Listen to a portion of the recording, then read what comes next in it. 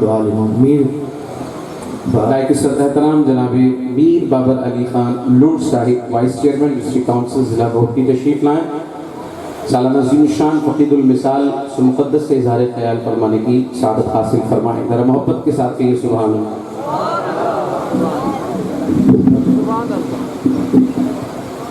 बिस्मिल्लाहिर्रहमानिर्रहीम। असांजा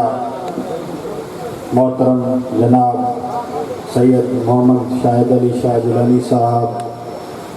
हिन महफ़िल के सजाईंदड़ ही महफ़िल तमाम हिकिड़ी मुक़द्दस आहे जो इमामैन किरामैन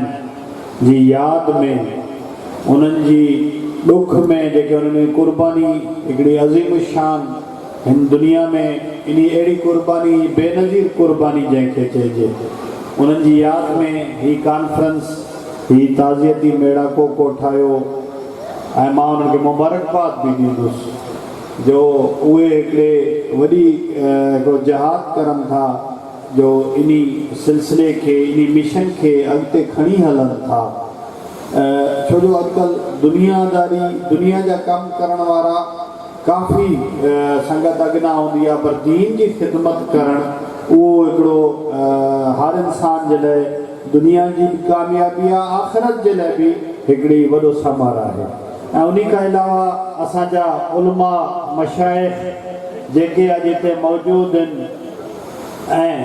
उन खां अलावा जेके सजादा नशीन गादी नशीन मौज़ज़ीन ऐं तव्हां सभु जमायत जा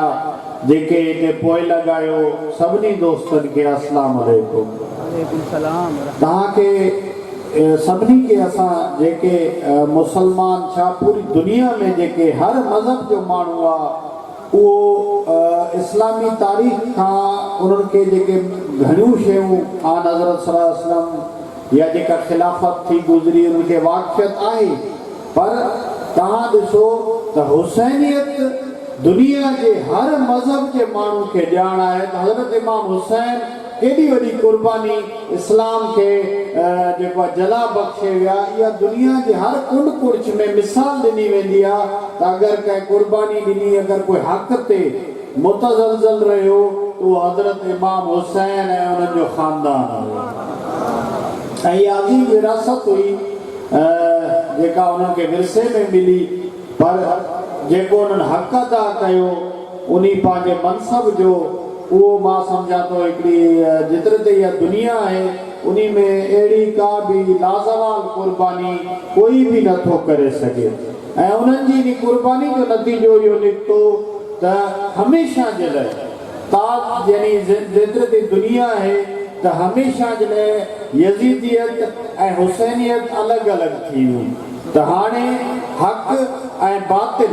उहे हमेशह जे लाइ इन मोरक़े करबला खां पोइ हमेशह जे लाइ उहे अलॻि अलॻि माना राहूं जुदा थी वियूं। जेकॾहिं असांजा इमाम आहिनि अहिड़ी क़ुर्बानी न ॾियनि हा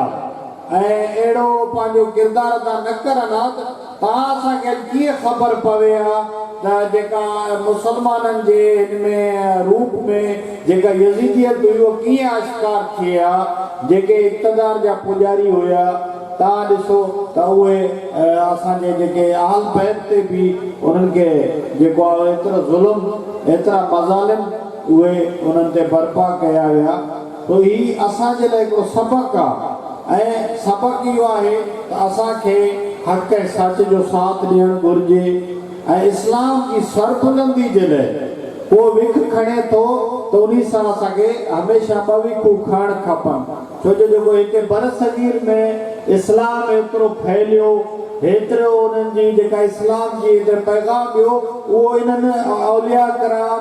इन्हनि जेके असांजा इहे सजादा नशीन दरगाह जा जेके अॼु इहे आहिनि असांजा सजा इन्हनि जे जेके बुज़ुर्ग आहिनि उन्हनि जी काविशनि सां बरसगीर में इस्लाम उन्हनि फैलायो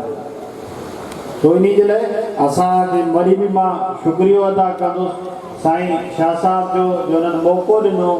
ऐं काफ़ी असांखां बि जीअं असांजे बिरादर गुल मोहम्मद ख़ान चयो त काफ़ी मशाइख़ आलिम वेठा आहिनि असांजी मालूमात महदूद आहे ऐं उन्हनि बि असांखे बि इहो शामिलु थियण जो मौक़ो ॾिनो ऐं मां उन्हनि जो वरी बि शुक्रियो अदा कंदुसि। अल्लाह ताला उन्हनि जो तव्हां पूरी जमायत जो हामी नासिर। अल्लाह ताला मीर बाबर अली खान लुंड के लुंड कबीले जाए